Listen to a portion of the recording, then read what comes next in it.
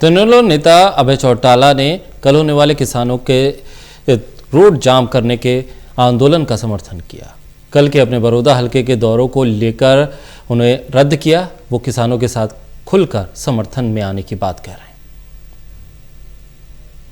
बड़ौदा हलके के कटवाल गांव में पहुंचे इनेलो नेता अभय चौटाला ने कहा कि कल होने वाले किसानों को अपना समर्थन देते हुए अपने हलके के कल के दौरों को रद्द कर दिया है। उन्होंने कहा कि वो किसानों के साथ हैं, उनका किसानों को खुला समर्थन है। अभय चौटाला ने कहा कि जिस दिन अध्यादेश आया था मैंने उसी दिन इसको वापस लेने की मांग की थी। हमारा तो पहले दिन से खुला समर्थन है। आपने मेरे से बात चौथी दफा पूछी है, आपको विश्वास नहीं है क्या? कल हमारा खुला समर्थन है। मैं उस दिन से, जिस दिन अध्यादेश आया था, हरियाणा प्रदेश में किसी राजनीतिक व्यक्ति ने और किसी और संगठन ने इस बात को लेकर के कहीं लोगों में चर्चा नहीं करी थी। मैंने प्रेस कॉन्फ्रेंस करके कहा था कि अध्यादेश वापिस होना चाहिए, देश के लोगों को लामबंद होना चाहिए।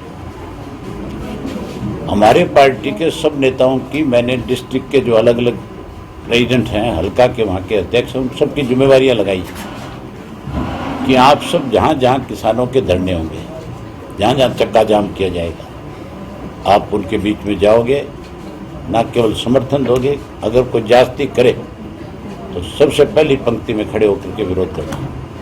अभय चौटाला बड़ौदा हलके में होने वाले उपचुनाव को लेकर अभी से बड़ौदा हलके के सभी गांव का दौरा कर रहे हैं।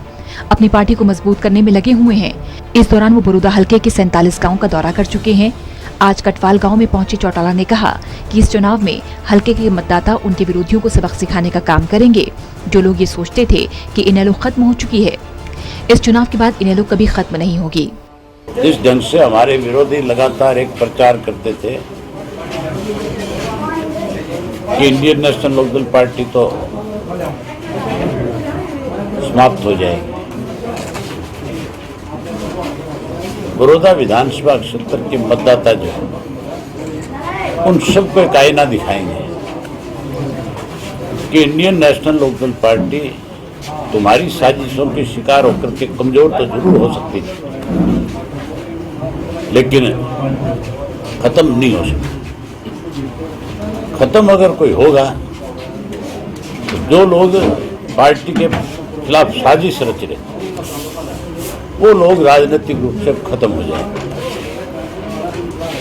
आज के हालात इस किस्म के हैं कि साजिश करता कोई भी गांव के चौक में आकर के खड़ा होकर के अपनी बात नहीं कह सकता। अगर किसी गांव में चौपाड़ में खड़े होकर के उन लोगों ने कोई भाषण देने का प्रयास किया तो लोग उनका स्वागत और ढंग से करेंगे।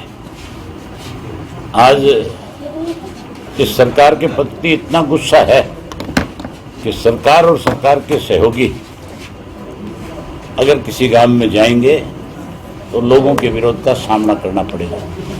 किसान विधेयक को लेकर विपक्ष एकजुट होता नजर आ रहा है। केंद्र और राज्य सरकार को घेरने की पुरजोर कोशिश है। इस मुद्दे को हर पार्टी अपनी तरीके से भुनाने की कोशिश कर रही है। टोटल न्यूज के लिए गोहाना से सुनील जिंदल की रिपोर्ट।